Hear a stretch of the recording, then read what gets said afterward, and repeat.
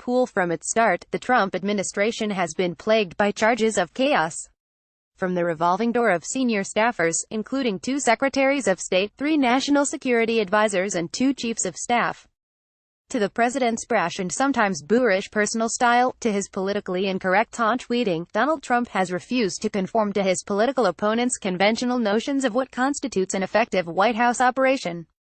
And yet the economy is humming, hosts of regulations have been rolled back, the unemployment rate is down, job openings are soaring, taxes have been cut and black joblessness is at an all-time low. Prototypes for the wall along the Mexican border are being tested, raids by ICE are rounding up dangerous illegal aliens, and the travel ban against several Muslim nations was argued last month before the Supreme Court, where the president's authority over immigration will be upheld. In foreign affairs, the 2 Koreas are talking to each other, with a summit between Trump and North Korean dictator Kim Jong-un slated for June in Singapore. The ISIS caliphate has been effectively destroyed, and just last week Trump yanked the carpets out from under the Iranian mullahs and cancelled the nuclear deal negotiated, but never submitted to the Senate for ratification, by the Obama administration. In short, this has been the most effective administration since FDR's first term. And it's being accomplished in the teeth of the so-called resistance, which includes the overt hostility of nearly all the mainstream media, the embedded civil service, the Democrats, the never-Trump Republicans, rogue elements of the intelligence and investigative agencies, and Robert Mueller's investigation into charges of collusion with the Russians. Some chaos. The truth is, as much as they hate Trump's policies, the president's enemies hate the man even more. Donald Trump defends the establishment on a personal, visceral level. His opponents are the same folks who idolized Adlai Stevenson and thought Ike was just a dolt who somehow won World War II. Who worshipped John F. Kennedy, but were repelled by LBJ, hated Nixon, thought Reagan was an amiable dunce, and erected shrines to Obama.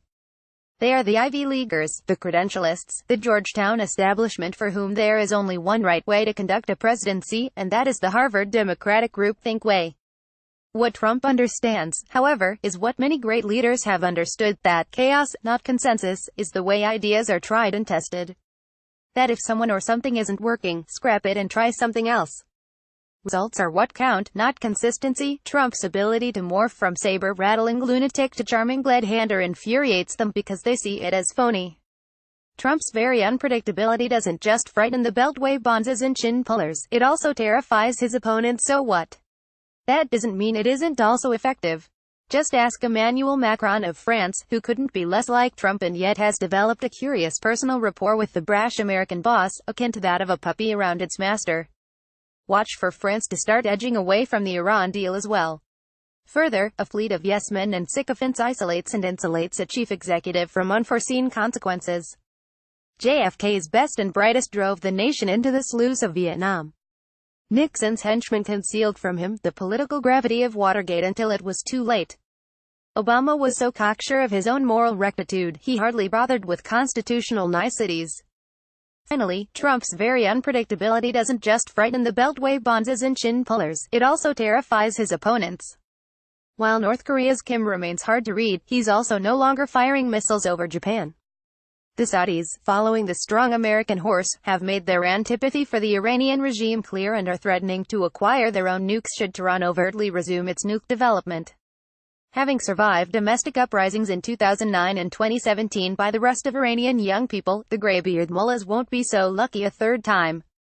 True, the fall elections are shaping up as a big test, but Trump has already eliminated some of the thorns in his side, including House Speaker Paul Ryan and Senate gadflies Bob Corker and Jeff Flake, who have announced their retirements.